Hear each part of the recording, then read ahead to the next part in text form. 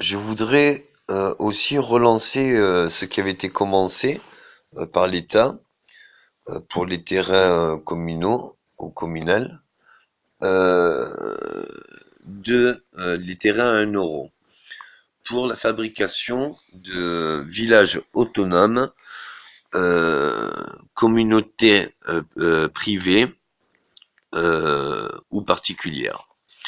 Donc ça peut être des centres de rééducation, ça peut être des centres de retour aux sources, ça peut être des centres euh, de loisirs, ça peut être des centres de retraités, ça peut être des centres et le lieu peut être tous ces centres en même temps.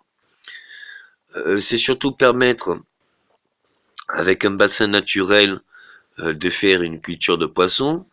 La culture de poissons filtre l'eau avec les végétaux, d'où bassin naturel. Cette eau, donc c'est juste un trou avec un bulldozer, une bâche étanche et de la terre par-dessus qu'on a repoussé. Donc c'est très vite à faire et c'est facile à faire. Cette eau pourra permettre justement de irriguer les besoins de la vie courante et le potager. Le potager peut être fait en hydroponie solaire. Les panneaux solaires, c'est une question d'intensité de la luminosité. Donc, avec des effets miroirs, une intensité pourra être accentuée. On pourra améliorer aussi les effets de loupe sur les panneaux solaires, ce qui les rendront bien plus compétitifs. Mais on peut faire des générateurs autonomes aussi. On a vu toutes les explorations possibles. Sponsoriser aussi les hydroponies complémentaires, c'est-à-dire moitié culture de poissons, moitié filtrage sanitaire et moitié irrigation de l'hydroponie, pour les immeubles à toit plat, parce que les toits étaient de goudron et d'aluminium, donc ils sont étanches. Se servir de l'étanchéité du toit et plat pour permettre euh, la place de cette production. Et si c'est fait par étage ou par une architecture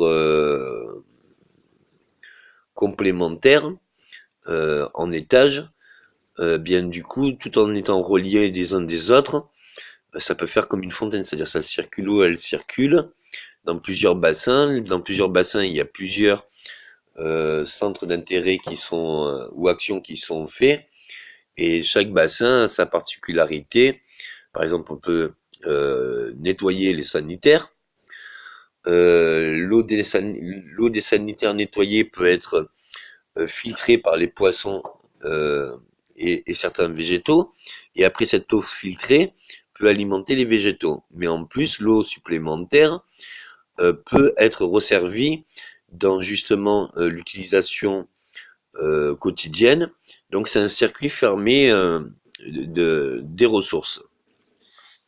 Regardez toutes euh,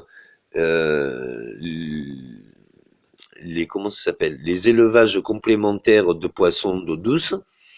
Dans les poissons d'eau douce, il y en a de très grosses tailles, ce qui permet une alimentation poisson et légumes bien contrôlée.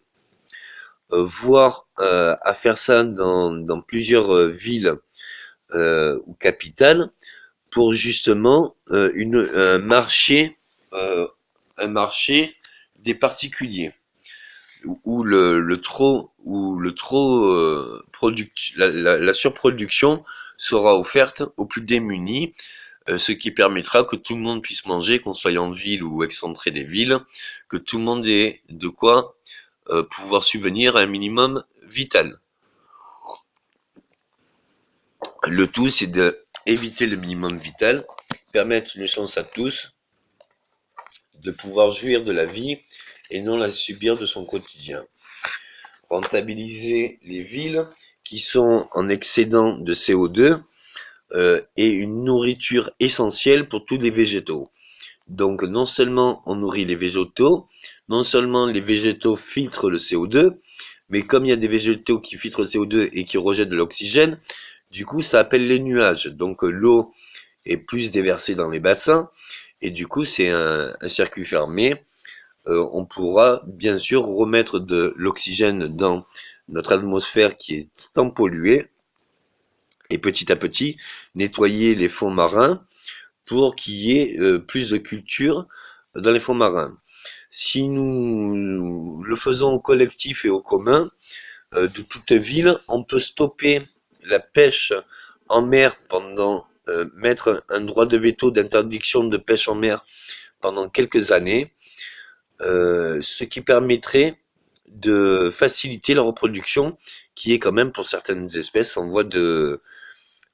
d'extinction, ou par la pollution ou par la consommation.